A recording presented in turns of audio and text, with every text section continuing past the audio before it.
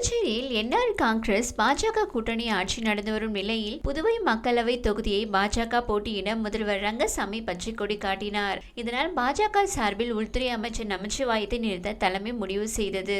அவர் தயக்கம் காட்டியதால் தேர்தலில் வெற்றி பெற்றால் ஒன்றிய அமைச்சர் ஆகலாம் என தலைமை கூறியுள்ளதாம். ஆனால் தேர்தலில் தோற்றால் அரசியல் வாழ்க்கை பெரும் பாதிப்பை ஏற்படுத்தும் என அவர் கருதுகிறாராம். இதையடுத்து பாஜக சார்பில் போட்டியிட நியமன எம்எல்ஏ ராமலிங்கம், காரைக்கால் மதுபான ஆலை அதிபர் GNS ராஜசேகரன் மற்றும் பாஜக மாநில தலைவர் செல்வ கணபதியுடன் கூடவே இருக்கும் மொத்த படித்தவர் ஒருவர் பெயரும் பரிசீலனைக்கு அனுப்பப்பட்டதாம். இதையடுத்து டெல்லி தலைமை நடத்திய ரகசிய சர்வேயில் திருப்பதி இல்லையாம். மூத்த தலைவர்களும் ஆர்வம் காட்டவில்லை. ரகசிய சர்வேயும் திருப்பதி இல்லாததால் என்ஆர் காங்கிரஸ்க்கு சீட்டை ஒதுக்கிவிட வேண்டும். என்ஆர் காங்கிரஸ் வெற்றி பெற்றால் நமக்கு தான் லாபம் என்ற கணக்கை போடுகிறதாம் பாஜக தலைமை. இதனால் புதுவை தொகுதி என்ஆர் காங்கிரசுக்கு ஒதுக்கப்படும் என அரசியல் வட்டாரத்தில் பரபரப்பு தகவல்கள் பரவி வருகிறது. இது தொடர்பாக முதல்வர் ரங்கசாமி தரப்பினர் கூறுகையில், நியமன எம்எல்ஏக்கள் பாஜகவை சேர்ந்தவர்கள் வைத்து பூர்த்தி செய்து கொண்டனர். செலவு இல்லாமல் மாநிலங்களவை MP சீட்டையும் பெற்றுக் கொண்டனர். செலவு செய்யும் நாடாளுமன்ற தொகுதியை மட்டும் என்ஆர் காங்கிரஸ்க்கு ஒதுக்கினால் எப்படி ஏற்றுக்கொள்ள முடியும்? தேர்தலை எதிர்கொள்ள குறைந்தபட்சம் 45 சீட் தேவைப்படும். படத்துக்கு எங்கே போவது என்று பயப்படுகிறார். புதுச்சேரியில் நாடாளுமன்ற தேர்தலில் போட்டியிட பாஜக சார்பில் தனக்கு வாய்ப்பு வழங்குமாறு பாஜக மேலிடத்தை அணுகி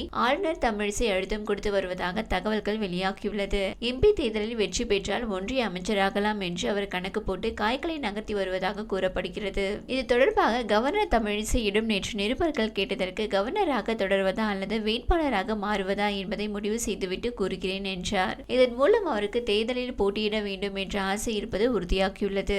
இந்நிலையில் புதுவையில் பொறுப்பு துணைநிலை ஆளுநராக தமிழிசை பதவியேற்று வருகிற 16ஆம் தேதியுடன் 2 ஆண்டுகள் நிறைவடைகிறது. இந்த 2 ஆண்டுகளில் அவர் செய்த சாதனைகள் அடங்கிய புத்தகங்களோடு இன்று 3ஆம் தேதி டெல்லி செல்ல திட்டமிட்டுள்ளார். அங்கு பிரதமர் மற்றும் உள்துறை அமைச்சரிடம் தனது சாதனைகளை காண்பித்து புதுவையில் போட்டியிட வாய்ப்பு கேட்க உள்ளதாகவும் தகவல் வெளியாகியுள்ளது. ஒருவேளை தமிழிசைக்கு உள்துறை அமைச்சர் அமித்ஷாவிடம் இருந்து கிரீன் சிக்னல் கிடைத்தால் உடனே அவர் புதுச்சேரி கவர்னர் பொறுப்பில் இருந்து ராஜினாமா செய்வார் என்றும் தகவல் வெளியாகியுள்ளது.